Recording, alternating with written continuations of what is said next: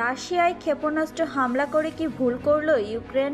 মার্কিন দূরপাল্লার ক্ষেপণাস্ত্রে প্রথমবারের মতো রাশিয়ার ভূখণ্ডে হামলা চালালো ইউক্রেন। মঙ্গলবার রাশিয়া ইউক্রেন যুদ্ধের 1000তম দিনে এই হামলা চালানো হলো। রাশিয়ার দাবি, মস্কোর ব্রায়ানস্ক সীমান্ত অঞ্চলে একটি সামরিক স্থাপনায় দূরপাল্লার 6টি ট্যাকটিক্যাল মিসাইল সিস্টেম ATACMS ক্ষেপণাস্ত্র আঘাত হেনেছে, কিন্তু এদের মধ্যে 5টি ক্ষেপণাস্ত্র গুলি করে ভূপাতিত করা হয়েছে এবং একটি ধ্বংস করা হয়েছে। তবে এ হামলায় রাশিয়ায় কোনো ক্ষয়ক্ষতি হয়নি। এর আগে মার্কিন অস্ত্র ব্যবহার করলে কিয়েভকে কড়া হুমকি দেয় রাশিয়া।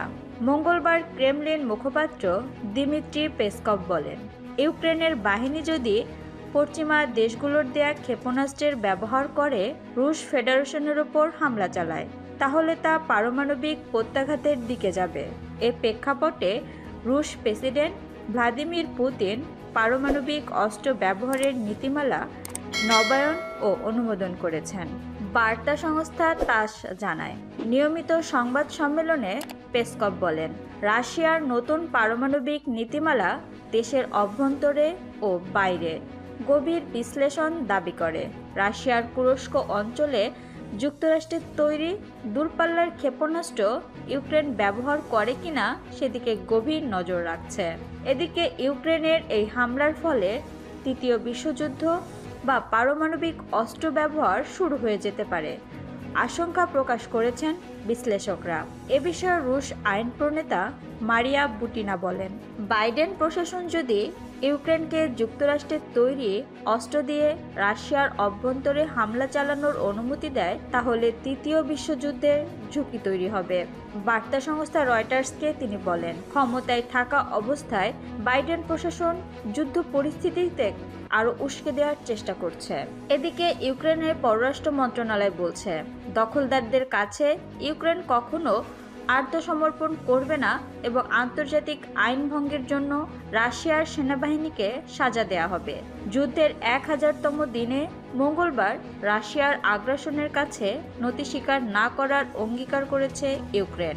এর আগে সোমবার রাতে ইউক্রেনের উত্তর পূর্বাঞ্চলীয় সামি অঞ্চলে ড্রোন হামলায় এক শিশুসহ 8 জন নিহত হয় এবং রোববার আলাদা আরেকটি হামলায় 89 জন নিহত হয়। ছোট্ট শহর হালখিদের আবাসিক ভবনে ড্রোন হামলায় 2 শিশুসহ 12 জন আহত হয়েছে বলে জানিয়েছে ইউক্রেনের ন্যাশনাল পুলিশ বাহিনী।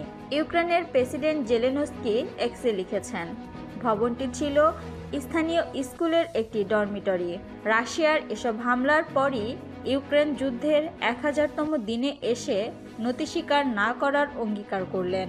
যুদ্ধ পরিস্থিতি নিয়ে ইউরোপীয় পার্লামেন্টের এক বিশেষ অধিবেশনেও জেলেনস্কির ভাষণ দেওয়ার কথা রয়েছে। জেলেনস্কি এক্সে লিখেন, রাশিয়া আমাদের সীমান্ত অঞ্চলে ত্রাস সৃষ্টি করে চলছে।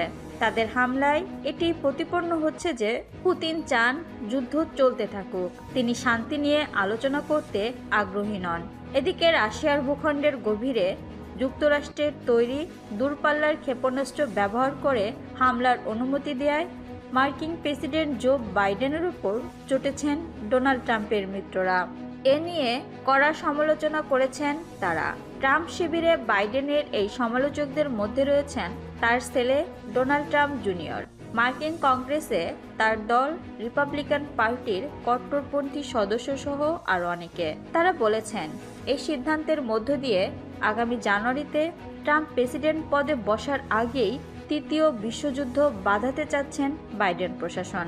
বাইডেনের ওই অনুমতির পর ডোনাল্ড ট্রাম্প জুনিয়র সামাজিক যোগাযোগ মাধ্যম এক্সে লিখেছেন, আমার বাবা শান্তি প্রতিষ্ঠা এবং জীবন বাঁচানোর সুযোগ পাওয়ার আগেই মিলিটারি ইন্ডাস্ট্রিয়াল কমপ্লেক্স, সামরিক বাহিনী ও অস্ত্র উৎপাদনকারী প্রতিষ্ঠানগুলো তৃতীয় বিশ্বযুদ্ধ বাঁধানোর বিষয়টি নিশ্চিত করতে চাচ্ছে।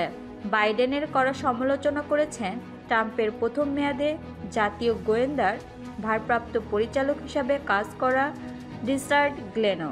তিনি লিখেছেন, ক্ষমতা হস্তান্তরের সময় বাইডেন যে ইউক্রেন যুদ্ধের মাত্রা আরও বাড়িয়ে দিতে পারেন তা কেউ ধারণা করেননি।